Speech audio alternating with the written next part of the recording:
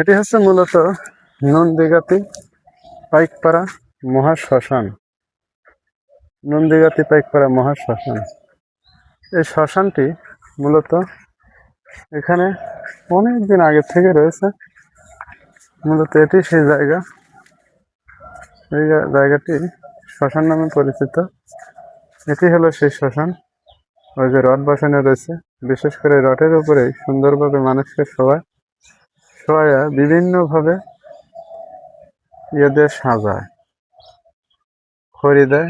খড়ি দেওয়ার পরে তারপরে আবার ওইটার উপরে মানুষকে উপর করে শোয়ানোর পরে তারপরে বিশেষ করে আবার খড়ি দিয়ে ঘি দেয়।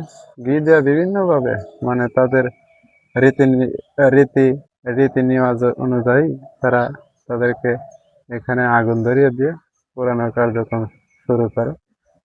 পুড়িয়ে সরাসরি শেষ না হওয়া পর্যন্ত তারা পোড়াতেই থাকে, এবং পোড়ানোর পরে যে অবশিষ্ট জিনিসগুলো থাকে সেগুলো বিশেষ করে পানি দিয়ে ধুয়ে এই করতা নদীর ভিতরেই গড়া দিয়ে থাকে।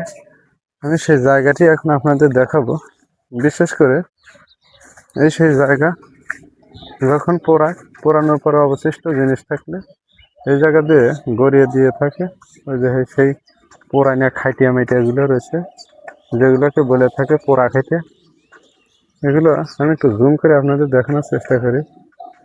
বিশেষ করে যেগুলো খাইটিয়া রয়েছে পোড়ানিয়া, ওই যে খাইটিয়া রয়েছে, বিভিন্ন ধরনের খাইটিয়া মাইটিয়াগুলো রয়েছে। কাঁচা গাছটা যে সুন্দরভাবে পোড়ায়া তারপরে যে এটা নিচ দিয়ে নামায় দেয় করতা নদীর ভিতরে।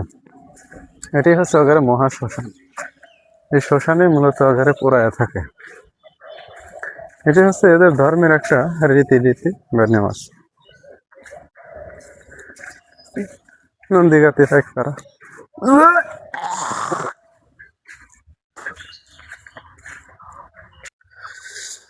যাই হোক, আমি আলামিন অতীতের কথা ডকুমেন্টারির পক্ষ থেকে আপনাদের জানাচ্ছি শুভেচ্ছা এবং সুস্বাগতম। আজকের মতো ভিডিওর কার্যক্রম এখানে শেষ করতে যাচ্ছি। দেখা হবে পরবর্তীতে অন্য কোনো ভিডিও নিয়ে। আর সে পর্যন্ত আপনারা সবাই সুস্থ থাকুন, ভালো থাকুন এই কামনা করে আজকের ভিডিওর কার্যক্রম শেষ করছি। আল্লাহ হাফেজ।